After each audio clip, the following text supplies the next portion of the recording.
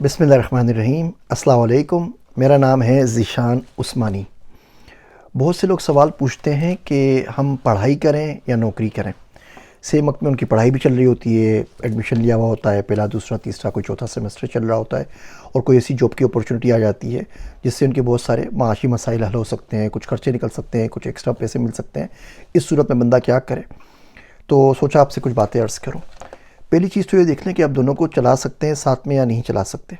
अगर आप पढ़ाई भी करते रहें और आपका जीपीए कोई ज़्यादा मुतासिर ना हो, सीजीपीए आपका 3.5 से ऊपर रहे और साथ में कोई जॉब वॉब करके, कोई इंटर्नशिप करके 20, 25, 30, 50 हज़ार रुपया बना सकते हैं तो काम ज़रूर कर लेना चाहिए। इससे आपको पता लगता रहेगा कि इंडस्ट्री में क्या हो रहा है, प्रैक्टिकल लाइफ में क्या चीज़ें आपको चाहिए और आप पढ़ क्या रहे हैं। पढ़ने में हमारी यूनिवर्सिटीज़ को ज़्यादा तो पढ़ाती नहीं है, बहुत सारा खुद पढ़ना पड़ता है, तो आपको प्रैक्टिकल लाइफ का आइडिया हो जाता है। और ऐसे बच्चे दोनों चीज़ें साथ में करें वो बड़े कामयाब होते हैं आगे जाके। उनका जो लर्निंग कर्व होता है वो ज़्यादा फास्ट हो जाता है। लेकिन अगर आप पढ़ाई के साथ जॉब कर रहे हैं और उससे आपकी पढ़ाई मुतासिर होती है, आपका जीपीए गिर के 2.5, 3 से कम गिर जाता है, तो बिल्कुल बिल्कुल बिल्कुल भी आपको काम नहीं करना चाहिए। देखिए, आपका जीपीए कम आएगा, इसका एक मतलब तो ये है कि आपने सही तरह से पढ़ा नहीं। आज की जो पढ़ाई मिस हो गई ना, ये वक्त कभी वापस नहीं आएगा। आपने 5वीं क्लास में कोई चीज़ नहीं पढ़ी, 6ठी क्लास में कोई चीज़ नहीं पढ़ी। अब अगर मैं आज आपको बोलूँ आप मास्टर्स कर लें, बैचलर्स करें कि जाके पढ़ें, तो आप पढ़ेंगे वापस जाके? आपको शर्म भी आएगी, आप इस बात को मानने के लिए भी तैयार नहीं होंगे। एक सेल्फ फुलफिलिंग ना प्रोफेसी बनाई हुई होती है कि आपको आता है और आता शता कुछ नहीं है। और ज़ाहिर बात है वो चीज़ों के लिए सीखने के लिए आपके पास टाइम भी नहीं होगा। तो जिस वक्त में जो चीज़ सीखनी है वो उसी वक्त में आ जाती है, बाद में बड़े मुश्किलें होती हैं उसको सीखने के अंदर और बहुत ज़्यादा सेक्रीफाइस करना पड़ता है। तो अगर आपका जीपीए आपके काम की वजह से कम हो रहा है, 3 से कम हो रहा है, आगे आपको स्कॉलरशिप नहीं मिलेगी, आगे वीज़ा नहीं मिलेगा, बहुत सारे मसाइल आएंगे, तो बिल्कुल बिल्कुल भी आप काम ना करें, सिर्फ पढ़ाई पर फोकस करें।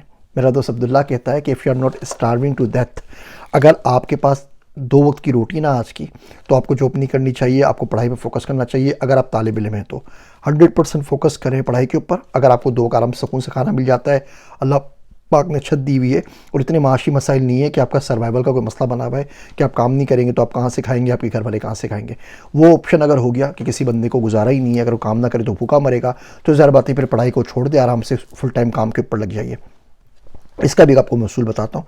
लेकिन अगर आप स्टाफ नहीं कर रहे और आपको गुजारा हो सकता है तो आराम से पढ़ते रहा करें। 2 चीज़ें और याद रखें, लॉन्ग जंप के लिए आपको थोड़ा सा पीछे आना पड़ता है। मैं आपको एक एग्जांपल देता हूँ, अपनी एग्जांपल देनी चाहिए, सिर्फ समझाने के लिए आपको बता रहा हूँ। जब मैंने बैचलर्स किया तो मुझे 6,000 रुपये की जॉब मिली प्रिंसटन यूनिवर्सिटी के अंदर लेब असिस्टेंट की।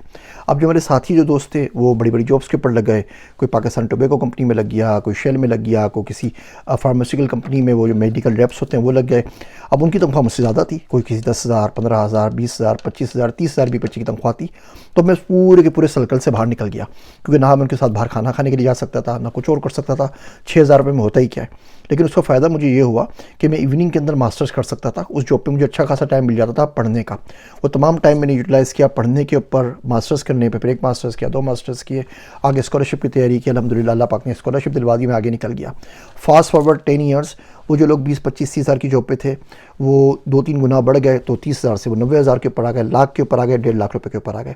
उनमें से बहुत से दोस्तों की जॉब चली गई, लेकिन उनके पास क्योंकि स्किल्स नहीं थी तो उनको कोई अच्छी जॉब नहीं मिल सकी। फिर कोई किसी ने कोई छोटा मोटा काम किया और किसी को सक्सेस हुई, किसी को नहीं हुई, किसी में नहीं हुआ। लेकिन अब अगर कंपेयर करते हैं तो बहुत ज़्यादा फ़र्क हो गया है, ज़मीन आसमान का फ़र्क हो गया है, इतना ज़्यादा फ़र्क है। एक दफ़े हमारी यूनिवर्सिटी ने वो सर्वे कराया कि जी आप कितने पैसे कमा रहे हैं और क्या कर रहे हैं, किस जगह के ऊपर है।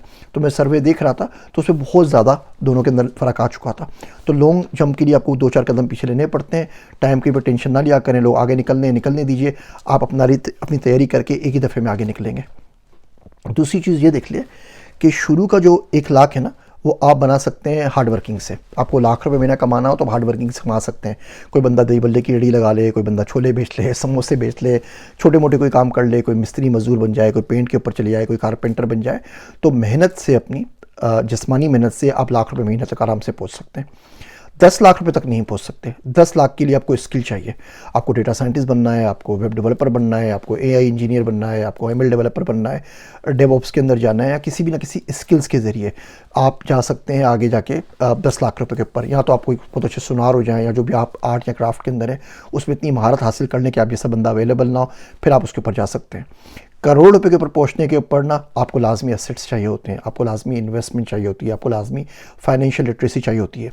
देखिए एक्सेप्शन हर जगह होते हैं। आप बोल सकते हैं कि अंगूठा छाप पे करोड़पति बन गया, लेकिन सब नहीं बनते। अभी हम बात कर रहे हैं 25 करोड़ लोगों की जो मुल्क के अंदर है, हम एक दो लोगों की मिसालों की बात नहीं कर रहे हैं। आप बोले कोई बंदा स्किल से बहुत पैसे बना सकता है, आपके पास भी स्किल्स है डेटा साइंस की, आप करोड़ों में खेल रहे हैं, तो बात ठीक है, एक्सेप्शन बहुत ज़्यादा होती है। जनरली ये होता है कि और वो जो करोड़ बनते हैं वो असेट्स और इन्वेस्टमेंट के बगैर नहीं बनते।